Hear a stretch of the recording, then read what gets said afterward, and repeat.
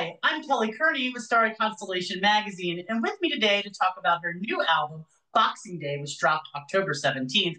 Welcome, indie artist and musician Lauren Minear. Thanks so much for talking with me today, Lauren. I love the album. I thought it was fun, and it really kind of captured so many different emotions when I was listening to it. But let's go back to like the beginning of your career. Let's start from there. Because like music is in your blood. You recorded an EP when you were 14 years old with Bonnie Raitt's guitarist, George Marinelli. Uh, that's an incredible start because she is literally a legend. So, how did that collaboration come about, and what did it teach you about the music, about your music and the industry at such a young age that you were able to carry that with you throughout your career? Sure. Thank you for having me, by the way. Very You're nice, welcome. Kelly. I was a very lucky kid because I grew up in Nashville, and truly did not appreciate that as a child. And if you can believe it, George Marinelli, who it was the producer of that music, was friends with my English teacher. Oh, So my English teacher in high school was a songwriter. A lot of, at least I haven't lived in Nashville in a while, but back then, a lot of people were also songwriters in addition to whatever their vocation was. And he taught me how to write songs. And then he connected me with George to do some recording. So I was such a lucky kid in that I was able to get some exposure to the industry um, as a teenager. I was also able to do some internships on Music Row, just kind of through wow. my school and family, friends, and things like that, having, been in Nashville my entire life. So, Well, sonically, Boxing Day, the album that just released, it moves between these moods of genre. It feels like folk and Americana, but then it's something more ethereal. Like one minute I'm in Nashville, funny enough that you said you're from Nashville. One minute I'm in Nashville and the weather is kind of bright and sunny. And then the next day I'm kind of, or the next song, I'm kind of in this dark, gloomy cloud that's settled over my mind. And it feels kind of reminiscent of like mid 90s 10,000 Maniacs a little bit. Who were the artists that helped you shape your sound and your emotional landscape as a writer? so I was definitely listening to 10,000 Maniacs when I was younger. And I get that a lot, actually. I think my vocalization sometimes reminds people of 90s singer-songwriters like Sarah McLachlan and Natalie Merchant. Sure. But I will say, and so that maybe was more by osmosis, but I will say that like the first music that I really listened to as a child was country music, um, being in Nashville. And Sure. definitely the storytelling way of writing lyrics is a strong inspiration to me. But I also always, and this is partially just personality and psychology, I always wanted to be different. I always felt like an outsider. I always wanted to get out of Nashville and live in New York City. And that's what I eventually did. And even here, I ended up working with a producer who's in London. So I think I always have been looking for, a way to be and sound different and to bring different influences together because that's how I feel inside. I never have felt like I really am a reflection of one place or set of inspiration. Um, so that you really hear come through on this album because there are so many different elements musically, and then the emotions at play. The inspiration behind the album was a real, you know, um, dark set of feelings and anger, but I feel like behind anger is always sadness, and then beyond anger is always like a sense of peace. So all of those moments in my own experience are reflected in the songs. Yeah, I felt like we were going on a journey through your own processing of whatever you were going through at the time when you were probably writing the record. You recorded Boxing Day on a retreat at in a cabin in Woodstock, New York, which is my favorite place to vacation, honestly. I love it. I go to Rhinebeck, I go to Woodstock. It's just a fantastic place that is filled with art and just inspiring views and people, and it's very eclectic and it's very diverse for being a rural area. Mhm. So let's talk about that experience. Was it a part of the creative writing retreat that musician Ben Folds invited you to? It was not. So I did a writing retreat with Ben Folds in California. So that was separate, although I did end up using a lot. I definitely came back from that writing retreat and revisited some of my arrangements based on what I had learned. But Boxing Day, that retreat was it in Woodstock, came about because my producer and close collaborator, Dan Weeks, is in London. So we knew that I knew that I wanted to be in a concentrated creative environment. And the only way to do that was either for me to go there or for him to come here. And it made more sense because I have children who are Sure. younger, for him to come here. So we just rented an Airbnb in Woodstock. And as you said, had this beautiful view of sort of like a mountain and like could see the sun rise and set every day. And it was very intense, but I feel like particularly the song Boxing Day wouldn't exist without that set of circumstances. That is one that we like collectively wrote from start to finish after dinner one night, in that sort of space and time. And that's what I love about songwriting. Like it's sort of unique to that moment. Well, the album it starts off with a striking track, "Bullshit."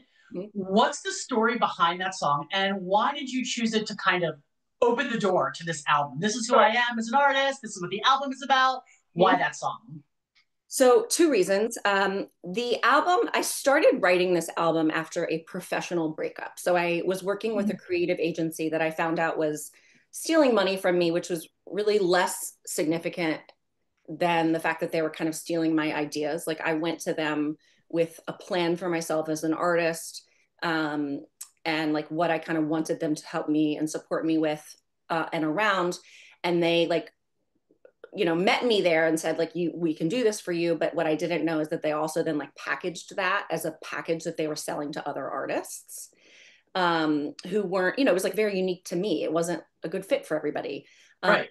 so I ended up having to take legal action and hiring an attorney to get out of a contract with them, which was just an awful experience, because I think when you have that kind of, when you feel that sense of betrayal, you also feel shame. I like, Sure. it made me feel like I had done something wrong, and maybe, and it was so deep that I began to wonder where that was coming from. So I didn't want to write an album about that creative agency who is not significant in my artistic Right. journey. But I did sort of start to explore where those feelings of anger and patterns in past relationships that were codependent, that contributed to me being, not that it was my fault in any way, but that began to realize that I had stayed in this relationship longer than I was comfortable, and that I had sort of quieted my own inner voice to like make it work, and that was a reflection of things that were not about that agency at all.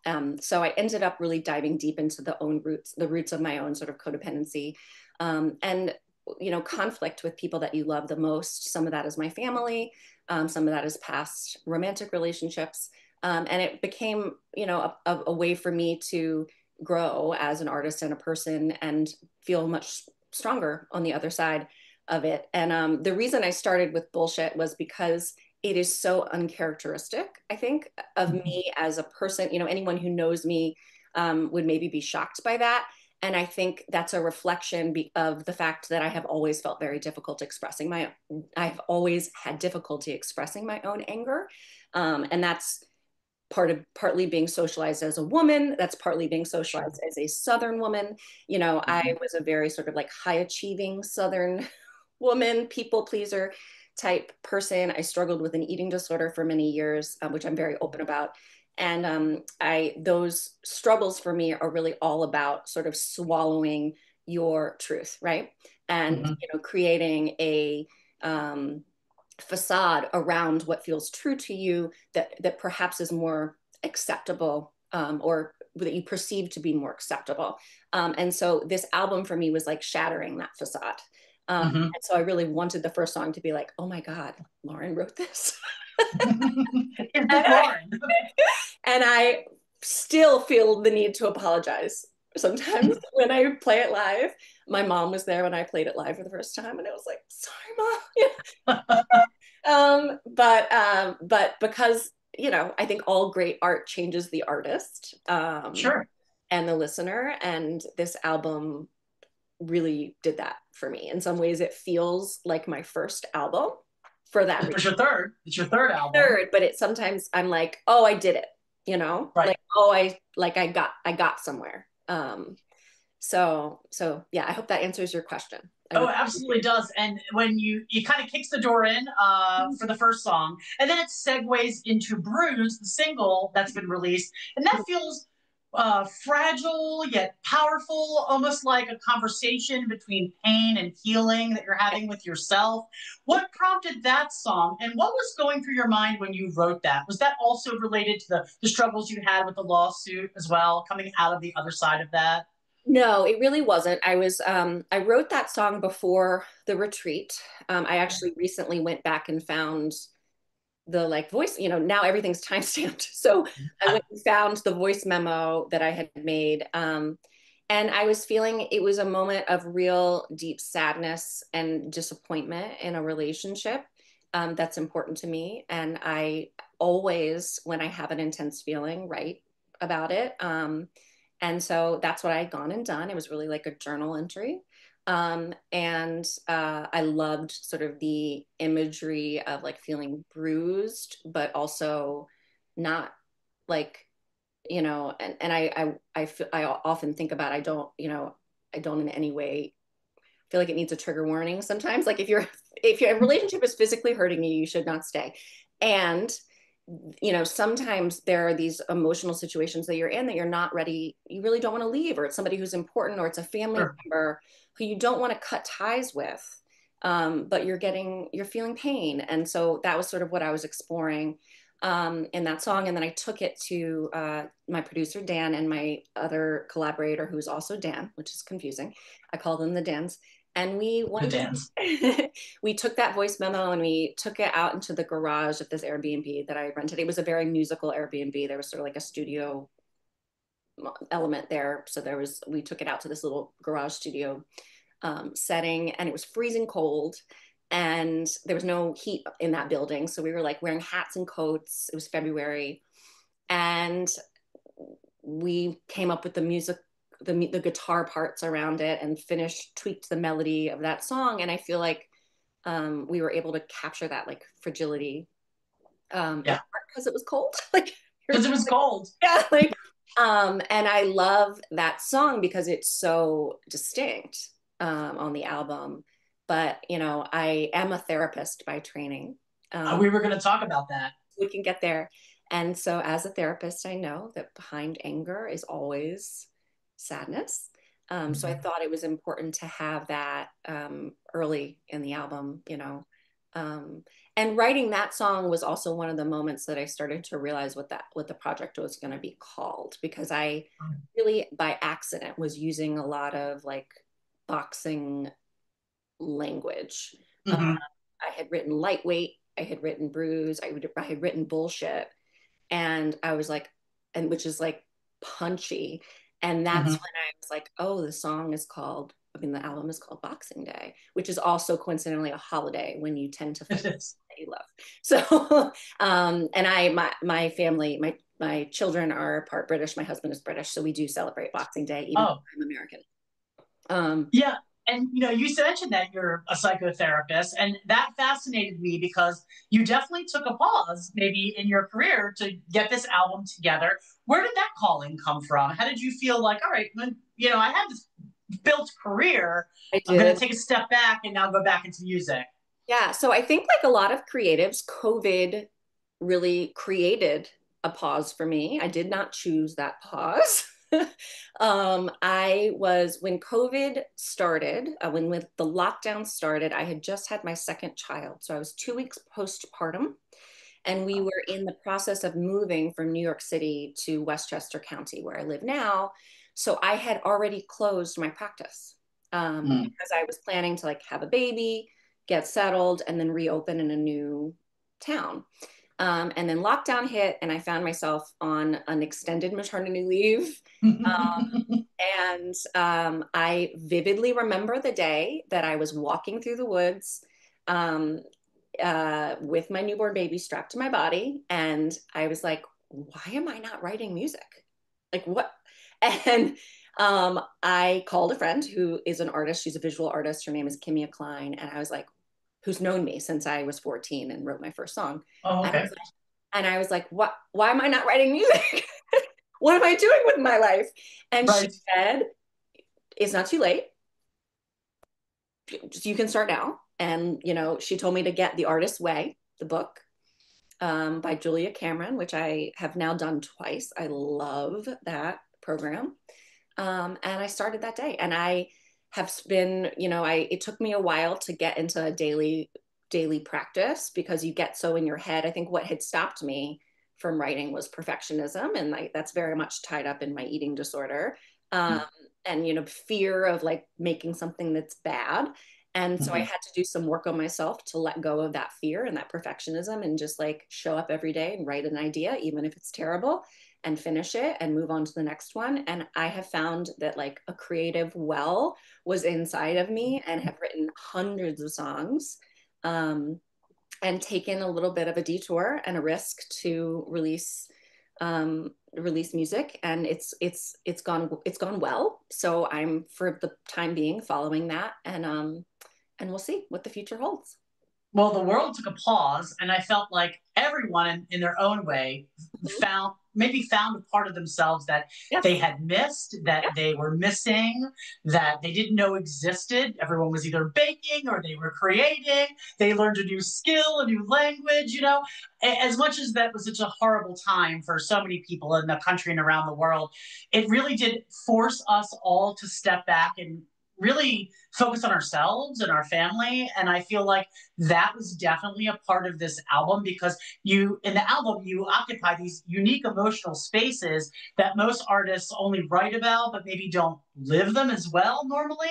What skills from your therapeutic background do you think have helped you shape your songwriting as well as your connection with your fans? Thank you for that question. That's a wonderful question. I'm going to Well, start thank you. with fans because I think that, and this was a surprise to me. I've always loved to perform before I did clinical training, but now I think of it differently. And when you learn to do therapy, you really think of yourself as like a co-creator of space, right? Okay, Like, yeah. you're like holding a space for a relationship to develop, and it's going to look different if it's me and a patient A or if it's another therapist and patient A, right? Like the treatment, the relationship is the treatment, at least in sort of the modalities the relational psychotherapy that I was doing. So that has come a lot, that has come into my performances where I really feel like I'm there not to necessarily like sing songs, which I am there to do, obviously, but like also to hold space for people and to like think about, to curate a space and time and to have people, create an experience, and maybe reflect back what other people might be feeling. So that absolutely comes into play. And then writing, co-writing is a lot like doing therapy, um, because, you walk into a room with someone you may not know that well and you just like spill your guts, and there's a trust there that it's a safe space, and then you hopefully make something that didn't exist before that Sure. interaction, and that is very similar to a therapy session.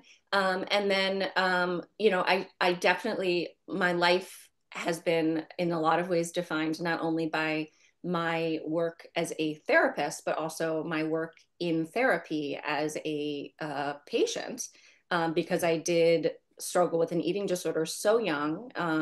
It took around the time I started writing songs. And when I really started writing songs, it was during recovery from an eating disorder. Um, and that's always been a part of my own mental health and my own wellness. So, and excluding a time when I was less well. So I think that for me, it's something I can't ever stop doing again. Mhm. And it's very much like a part of me taking care of myself to get heard and to express myself. And all of the work that I've done to understand myself and heal is very much reflected in my lyrics. Which I don't know that I could do it any other way at this point, but it is unique. And people will tell me that they sort of like, you know, resonate with the songs and the lyrics in a way that it feels sort of therapeutic, because I've, been in therapy for a long time and have been learning these things. So it's like twofold. Well, it's also kind of like as an artist, the you're creating from a personal experience. You're creating something that affects you personally. When you release it to the fans on stage or whatever, then it becomes a living, breathing thing that they take and they kind of manipulate to mean something for them. So holding space for an audience is so important, I think, as an artist, because sure, it's something that meant something to you, but now it is for everyone to kind of envelop it and create something, a feeling in themselves, which I felt when I was listening to the album, and I'm sure the fans did as well. You had said that the album, I had read that you had said the album confronts with anger and liberation, which you can absolutely hear from the first song all the way to the end. What did those emotions teach you about yourself as not just a songwriter, but also as a woman and a mother too? Because trying to struggle in this world as a woman, but then as a mother during COVID, all of these things holding you back. What is something that you learned in this process about yourself? I think I have learned to embrace my like own strength. I mean, that sounds so um like what's the word I'm looking for, reductionist, but like they're that my strength is not to be feared.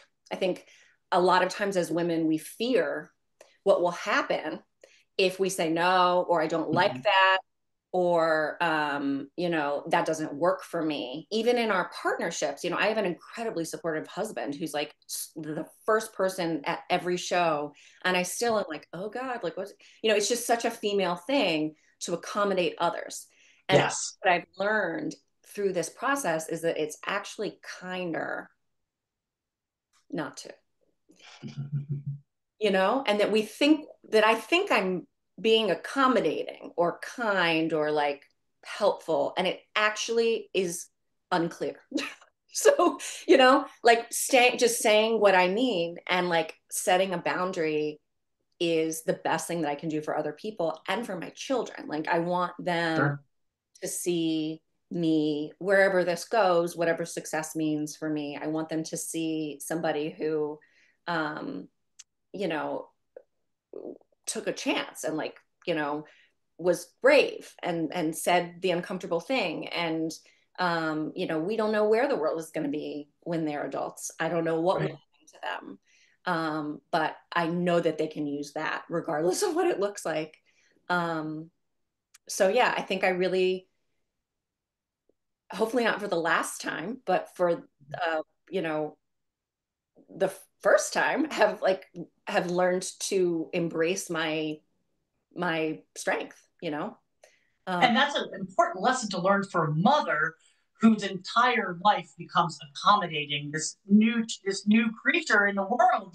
So your whole life is sort of geared towards accommodation, and then pulling yourself back as an artist to be like, I don't have to accommodate everything. I can be a separate entity from that is a huge, I think, personal growth, but also something I heard in the album as well. Like you definitely were trying to define who you were through all of yes, these pieces coming in song. which I think, finding your identity in motherhood um, is so hard. And Yeah. that's really why I started writing songs in 2020, was to try to figure out who I was in the context of that. And I think I'll continue doing that forever. And you don't even realize how much like, I actually met with a nutritionist the other day. This is so unrelated, because I have high cholesterol, whatever. We don't need to go into the details, but she was asking me what I eat. And and this is someone who's worked on my relationship with food for years and years and years. Sure. And every single answer was like, because the kids like it, or because that's Mhm. just what we had, because I know the kids would eat it, or like and I didn't even realize that. Like I consider myself someone who has a very strong relationship with food because I've worked very hard on that. But it just, the work never ends. The work never ends. And when I'm listening to the album, I certainly know which tracks I liked. I loved Bullshit, obviously, and I love the single as well. Which of the tracks on the album you're especially proud of that you hope kind of stands out to fans and they really, take something from it? I'm going to give an unexpected answer, because I have answers that are sort of like in the first 6 tracks, Mm-hmm. and I put them there for a reason. But I think my like sleeper favorite, which will grow on people over time, is actually the last song, Everything and Nothing. Mm-hmm. And the reason for that is I like stumbled on that. That's another one that I had sort of written, drafted at least before the writing retreat, and I sort of stumbled on this idea of like, oh, this is true for me. Mm-hmm. I want to be a superstar, and I also like really don't want to go anywhere. You know, like I want to be here to drop my kids off at school, but I also want to go on tour, you know, and like Right. those things are just like not compatible. And maybe that's okay. And like maybe I can hold those two things to be true, and that Mm-hmm. that is true not only for mothers, but for everyone. Um, and I also love that the first lyrics on the album in Bullshit are "You give me everything and nothing," which is a very like angry framing of those words, right? Like, Mm-hmm. but then like the sort of distillation of the body of work. The last song on the album is called "Everything and Nothing," Mm-hmm. and it sort of causes you to rethink the whole thing. So I think that's my like secret fave. Secret favorite. Well, you released some visual art in your previous album. Is there going to be any visual art, short films, videos, anything like that that's going to go along with Boxing Day? So I do have 2 videos out. They're much less for Chasing Daylight, my last album. I did this Sure. 5 song short film, which was very cool. I this time took a little bit more of like I kind of just edited my own videos. I have an indie film crew, a couple who direct and film and did my first music videos, but I had them come out and just do the videography, and then I edited myself videos for Lightweight and Bullshit. So they're Mm-hmm. less produced and less directed, but I love them because they really tell the story like from my own mind in a different way. Mm-hmm. And I think they sort of change maybe how you think about the songs, Lightweight and Bruise. Beyond that, I'm not going to do narrative music videos, but we are going to do performance videos for Oh, great. 5 or 6 of the songs, depending on how much we get through in the studio time I have booked. So you can definitely look out for those. I wanted to do, I haven't done much of that. So I want to make sure that I put out some like live performances. Yeah, absolutely. I'm sure the fans would love that. And after you released Invisible Woman, we have to talk about that just for a second. That explored themes of invisibility and identity and like sort of like a precursor to this one. Like you're still struggling with those, like, who am I as an artist? And, and how do I want to be defined in my music? And you can hear that in that album as well. And Boxing Day kind of feels like an emergence of that. Do you feel more visible now, both as a person and as an artist? Yes. I feel less, I feel like I'm tempting fate by saying this. I just feel like I care less what people think about me and what I do. And I've learned that like that feeling of invisibility, it's not that it wasn't created by circumstances that I was in, but it wasn't necessarily a reflection of how other people feel, right? Like I think one of the things that it's something I had inside of me and that I can heal, right? Like I don't, Right. other people can't make you invisible, you know, you just can feel like you're invisible, right? Sure. So I think, and that's something uh, that, what was I going to say? I lost it. I lost it. But what you said about this album being an emergence from Invisible Woman is 100% true. And I think that Everything and Nothing in a lot of ways is like the older sister of a song called Soul Tide that I wrote. It Sure. was the first song I put out as an artist. Um, and yeah, it's like the full expression of that artist self that was just beginning to be born when I wrote You it. can see the growth of your artistry through those tracks, from your first release to now. You can see this artist emerging and trying to fight through who they are and working through it. You can definitely tell you're a psychotherapist. You can see that lots of self work, in both your art and as your answers today. What's something, a connection that you hope your fans get from this album? It's something that you've talked about before, that it's the heart of your art, connecting with your fans. What do you hope they take away from listening to Boxing Day? My hope, and I can only hope, right? But my hope would always be um, for my fans to hear the music, hear themselves reflected in the music in a way that they haven't before, right? Like, Sure. and I think we've talked a lot about motherhood, and I certainly don't speak for all mothers because mothers, are not a monolith. Um, but I do know that I have fans who are mothers who are really welcoming to hear the voice, someone write directly from that, because and things are changing all the time, but there aren't enough stories about women later in life, Sure. in our sort of popular culture. And I think I would hope that people feel seen and heard in the music and sort of inspired to figure out what it is they want. It doesn't necessarily have to be an artist. But I think the world, and this is so grandiose, but it's again my hope, I think the world needs more mothers who like want things Hmm. and who are in charge of things and whose ideas are heard. Sure. And we saw some of that in the election last night, but um, We did. did. So yeah, so I do speak to mothers everywhere, but not only mothers. I think anyone who's like considering a shift, who like me found themselves in a situation that wasn't for 100% fulfilling, and having the courage to like take a little bit of a risk and move toward what it is that you want, knowing that it may not look the way that you think, but it'll be a process of growth. Yeah.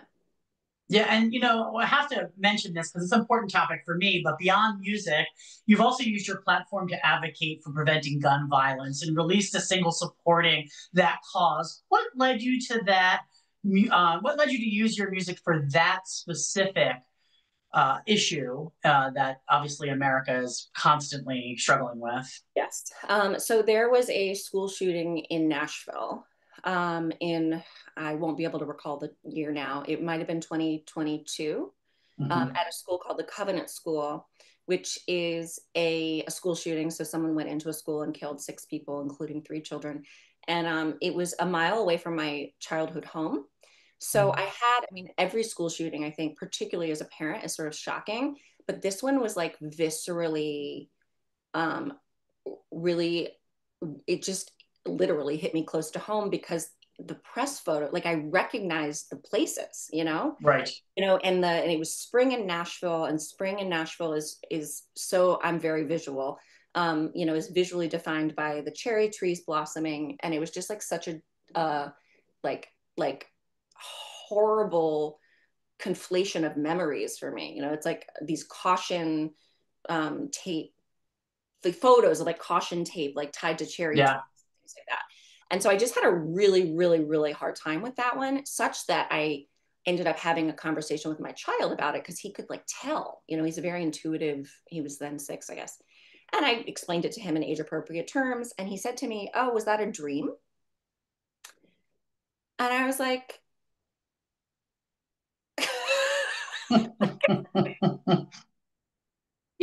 oh my, like it should be. And so from that, I dropped them off at school the next morning, and I had this in my mind, this conversation, and I literally sat and wrote the lyrics in the parking lot.